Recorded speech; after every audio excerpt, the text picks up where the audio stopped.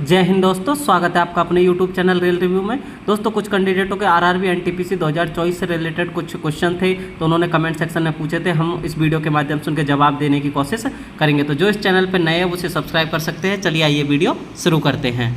आपका सबसे पहला क्वेश्चन है जिसको काफ़ी सारे कैंडिडेटों का डाउट है, इससे रिलेटेड काफ़ी सारे कैंडिडेटों ने इसको पूछा है। जैसे JEE में होने वाले अपेंडिक्स 2A एग्जाम को सभी पास कर लेते हैं, तो जो आपका JEE में अपेंडिक्स 2A एग्जाम होता है वो आपका प्रमोशन के लिए भी होता है और आपका JEE में जॉब में बने रहने के लिए आपको अपेंडिक्स 2A एग्जाम देना पड़ता है। अगर आप अपेंडिक्स 2A एग्जाम को पास नहीं करते हो तो आपको JEE की पोस्ट से टर्मिनेट कर दिया जाता है। तो ये जो अपेंडिक्स 2A एग्जाम है हर किसी को पास करना कंपलसरी रहता है, लेकिन ये एग्जाम इतना टफ नहीं होता है, कोई पास नहीं कर पाता। इसको सभी कैंडिडेट पास कर लेते हैं। जैसे ये एग्जाम आपको कम से कम 3 चांस और ज़्यादा से ज़्यादा आपको 5 चांस इसमें मिलते हैं। अगर आप एक चांस में पास नहीं कर पाओगे तो आपको दूसरा चांस मिलेगा, दूसरे चांस में पास नहीं कर पाओगे तो तीसरा चांस मिलेगा। ऐसे आपको टोटल 5 चांस मिलते हैं। तो अपेंडिक्स 2A एग्जाम को 5 चांस में ऐसा कोई भी कैंडिडेट नहीं है जो पास नहीं कर पाता, इसको सारे कैंडिडेट पास कर लेते हैं। तो अपेंडिक्स 2A से रिलेटेड ऐसी कोई प्रॉब्लम नहीं है, सारे कैंडिडेट इसे पास कर लेते हैं। ये ज़्यादा टफ एग्जाम नहीं होता है। उसके बाद आता है आपका सेकंड क्वेश्चन है, कास्ट सर्टिफिकेट स्टेट वाला चल जाएगा? तो आपका स्टेट वाला कास्ट सर्टिफिकेट नहीं चलेगा, आपको सेंट्रल वाला कास्ट सर्टिफिकेट ही बनवाना पड़ेगा। अगर आप स्टेट वाला कास्ट सर्टिफिकेट अपलोड करोगे या स्टेट वाला कास्ट सर्टिफिकेट अगर डॉक्यूमेंट वेरिफिकेशन में लेके जाओगे तो आपका उसे मान्य नहीं करेंगे, आपको जो है सेंट्रल वाला ही कास्ट सर्टिफिकेट बनवाना पड़ेगा।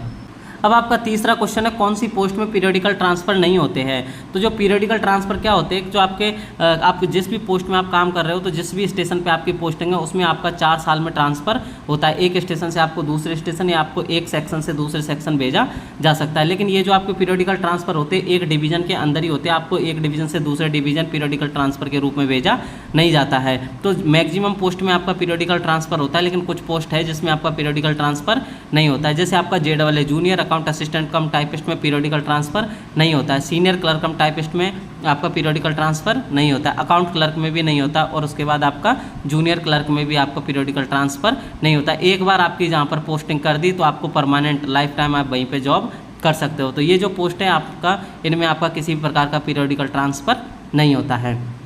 आपका चौथा क्वेश्चन है, एग्ज़ाम सेंटर क्या उस जोन में आएगा वहाँ से फॉर्म अप्लाई किया? मतलब जहाँ से आपने फॉर्म अप्लाई किया है क्या आपका एग्ज़ाम सेंटर उस जोन में आएगा? तो नहीं, ऐसा नहीं है। आपका एग्ज़ाम सेंटर आपके नज़दीक आएगा, आपके घर से लगभग 200 से 300 किलोमीटर में आपको आपका एग्ज़ाम सेंटर देखने को मिलेगा। ऐसा नहीं है कि जिस जोन से आपने फॉर्म अप्लाई किया है तो आपका एग्ज़ाम सेंटर वहीं आएगा। किसी ने अगर बेंगलोर से अप्लाई किया तो आपको बेंगलोर ही एग्ज़ाम देने के लिए जाना पड़ेगा, सिकंदराबाद से अप्लाई किया तो सिकंदराबाद जाना पड़ेगा। ऐसा नहीं है, आपका जो एग्ज़ाम सेंटर आपके घर के पास ही आएगा। टाइपिंग में बैक स्पेस का ऑप्शन होता है नहीं होता? तो जो एनटीपीसी की टाइपिंग होती है उसमें बैक स्पेस का किसी भी प्रकार का कोई ऑप्शन नहीं होता है। एक बार आपने अगर कोई भी वर्ड टाइप कर दिया तो आप उसको मिटा नहीं सकते। टाइपिंग से रिलेटेड मैंने वीडियो बनाया जिसका लिंक मैं आपको डिस्क्रिप्शन में दे दूंगा, उसमें आपकी टाइपिंग से रिलेटेड सारी डिटेल पे चर्चा की है। आपका अगला क्वेश्चन है कि CCTS में जीवन भर यानी लाइफ टाइम आपको नाइट ड्यूटी करनी पड़ेगी। तो CCTS में आपको 5 से 6 तरह की पोस्ट मिलती है। जब आप CCTS में इनिशियल भर्ती होते हो तो आपको सिर्फ आपका CI में आपको नाइट ड्यूटी नहीं करनी पड़ेगी, बाकी सारी पोस्टों में नाइट ड्यूटी करनी पड़ सकती है। उसके बाद आपका चीफ रिजर्वेशन सुपरवाइज़र में भी नाइट ड्यूटी नहीं करनी पड़ती। लेकिन इसके बाद जितनी भी सारी पोस्ट है इनमें अगर आपका एक बार प्रमोशन हो जाता है, एक प्रमोशन आप लेवल 7 में पहुँच जाते हो तो आपको नाइट ड्यूटी नहीं करनी पड़ेगी। सिर्फ जो डिप्टी CTI जो ट्रेन में टिकट चेक करने का काम करता है उनको लाइफ टाइम यानी जीवन भर जो है नाइट ड्यूटी करनी पड़ेगी, चाहे वो CTI बन जाइए या कुछ भी बन जाइए, उनको ज़िंदगी भर नाइट ड्यूटी करनी पड़ेगी। बाकी इसकी जो अदर पोस्ट है जिसमें CRS है आपका चीफ रिजर्वेशन सुपरवाइज़र, CPS है चीफ पार्सल सुपरवाइज़र, CGS है chief goods supervisor, CI commercial inspector, इनमें आपकी जो नाइट ड्यूटी एक प्रमोशन के बाद नहीं करनी पड़ेगी। CI में तो आपकी वैसे भी नाइट ड्यूटी नहीं करनी पड़ेगी अगर आप इनिशियली ज्वाइन करते हो तो, लेकिन जो आप ट्रेन में TTE होते हैं उनको हमेशा नाइट ड्यूटी करनी पड़ेगी। क्या स्टेशन मास्टर को लाइफ टाइम नाइट ड्यूटी करनी पड़ेगी? तो स्टेशन मास्टर का ये सीन है, जो स्टेशन इंचार्ज होता है, स्टेशन मास्टर में जो सबसे सीनियर होता है, जो इंचार्ज होता है, अगर वो पैनल ड्यूटी भी करेगा तो भी उसे डे में उसकी ड्यूटी लगेगी, उसकी नाइट ड्यूटी नहीं होती। लेकिन अगर जो स्टेशन मास्टर पैनल ड्यूटी नहीं करते उनकी तो ड्यूटी डे में ही रहती है, उनकी नाइट में नहीं रहती। तो जो इंचार्ज स्टेशन मास्टर रहते हैं उनकी नाइट में ड्यूटी नहीं लगती है।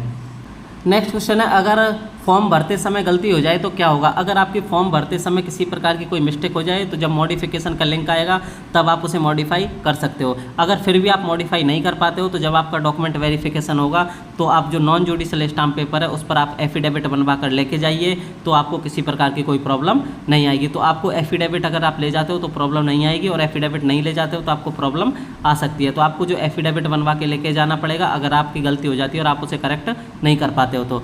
अगर डॉक्यूमेंट वेरिफिकेशन में डिग्री नहीं ले जाए तो क्या होगा। कुछ कैंडिडेट ऐसे होते हैं जिनकी 2024 में ही ग्रेजुएशन कंप्लीट हुई है, तो उनका क्या है, जो डिग्री जब तक आपका डॉक्यूमेंट वेरिफिकेशन होगा अगर आपकी डिग्री नहीं आती है तो आप प्रोविजनल डिग्री आपको लेके जानी पड़ेगी। अगर आप डिग्री लेके नहीं जाओगे तो आपको जो है जॉब से बाहर कर दिया जाएगा, आपको डॉक्यूमेंट वेरिफिकेशन से भी बाहर कर दिया जाएगा। तो आप जो डिग्री लेके जाइए, चाहे आप प्रोविजनल डिग्री लेके जाइए चाहे मेन डिग्री लेके जाइए। अगर आपकी मेन डिग्री नहीं आती है तो आप आपके कॉलेज में जाइए, वहाँ से प्रोविजनल डिग्री के लिए अप्लाई कीजिए और प्रोविजनल डिग्री ले लीजिए, और वहाँ से अगर आप प्रोविजनल डिग्री लेके जाते हो तो आपको किसी प्रकार की कोई प्रॉब्लम नहीं आएगी। बाद में जब आपकी ओरिजिनल डिग्री आ जाए तब आप ओरिजिनल को जमा करवा सकते हो। नेक्स्ट क्वेश्चन है, क्या कास्ट सर्टिफिकेट रेलवे फॉर्मेट में चाहिए या ऑनलाइन वाला चल जाएगा। तो आपका कास्ट सर्टिफिकेट चाहे रेलवे फॉर्मेट में हो चाहे ऑनलाइन वाला हो, आपके दोनों ही चल जाएंगे, किसी प्रकार की कोई प्रॉब्लम नहीं आएगी। रेलवे फॉर्मेट में होगा तो भी चलेगा और ऑनलाइन वाला होगा तो भी चलेगा। बस सेंट्रल का आपका कास्ट सर्टिफिकेट होना चाहिए, और 1 साल जो आपका OBC सर्टिफिकेट है वो 1 साल से ज़्यादा पुराना नहीं होना चाहिए। डॉक्यूमेंट वेरिफिकेशन के टाइम पे